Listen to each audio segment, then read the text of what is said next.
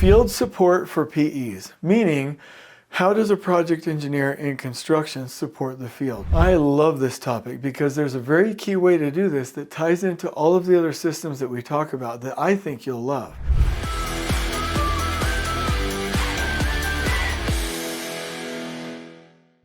First of all, the project engineer and project manager are field support entities.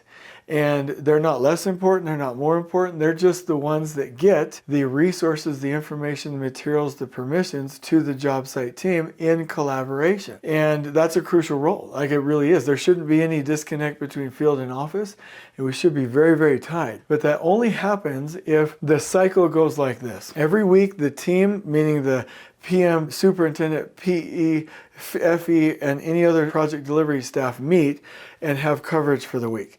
Then they go through their strategic planning and procurement meeting where they make sure that the overall strategic plan is aligned with their supply chains. Then the superintendent with the last planners will do look ahead and weekly work planning and the trade partner weekly tactical, do an afternoon foreman huddle every day before the next day to plan the day, a worker huddle the day of to educate, inform, and connect with the workers, and then they will go do zone control walks. Now here's where we get to the key meeting. A project engineer with the PM and the whole team at around 8 or 9 o'clock in the morning will get together in a 10-15 minute huddle, stand-up huddle, where we make sure that we're aligned with the needs of the field. Now remember, the superintendent and field leads have already been through the day planning the day before and the morning worker huddle the day of and their zone control walks. 3 different places from which to see roadblocks and problems. Then they come meet with the PM and the PE in a stand-up meeting, hopefully looking at a scrum board or a Kanban board that says backlog, sprint backlog, in progress, complete. What it means is these are the things that the office team, not that they're separate, they're not, are working on to enable flow. The superintendent comes in and is like, oh, can we reorder some of those? Oh, great, that's super fine. And they bring the roadblocks from the field to that meeting. And guess what?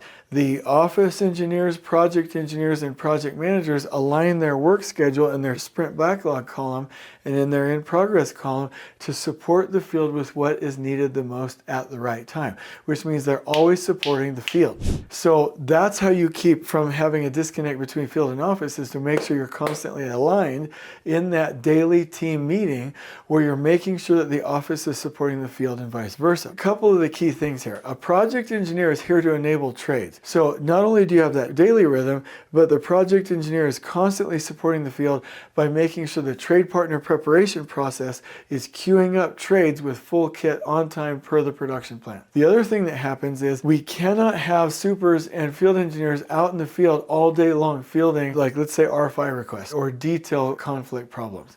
Now, can they do some? Yes. Do field engineers typically help a little bit with that? Yes. But if you take an assistant superintendent or superintendent away from field execution, and you take the field engineer away from lift drawings and layout and control, you're going to hobble the field.